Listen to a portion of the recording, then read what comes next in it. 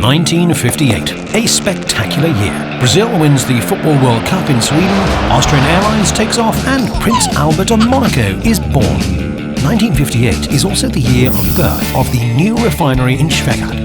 The refinery that was destroyed by the war is being rebuilt and shines in new splendor, more productive and better than ever. Am Rande der Donau bei Schwechat ist eine Industrieanlage erster Größenordnung in kürzester Zeit aus dem Boden gewachsen.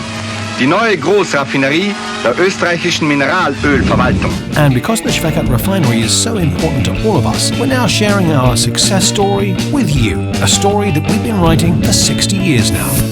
Once we hit the road of success, things start moving at an incredible speed. Just 5 years after laying the foundation stone, the refinery is already expanding briskly.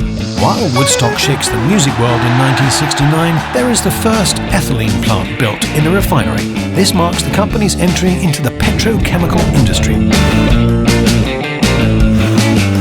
There's no stopping the refinery on its successful course, and by pursuing further innovations, important steps for the future are taken. 1997, Netflix is launched and delivers videotapes by mail. But the refinery has long since arrived in virtual reality.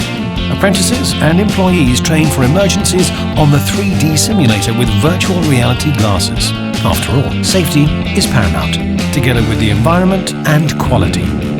In 2003, a hydrogen plant is built to cover the hydrogen demand of the upgraded desulfurization plants.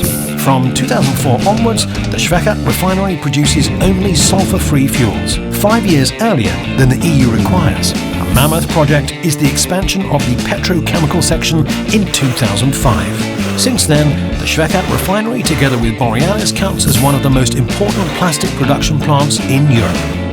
In the following decade, important investments in production and environmental protection are undertaken. With the completion of a new office building at the end of 2017, the Schwechat Refinery shows that it will remain in the future a proud and important partner for the region. The success of the last 60 years is mainly due to you, the employees at the plants, the product developers, and our researchers working on the future. For example, at the ReOil pilot plant, where we're researching ways to recycle synthetic material, for example, by using it as feedstock for our plants. Their enthusiasm, their sense of responsibility, and their joy are the key to 60 years of success at the Schwechat Refinery.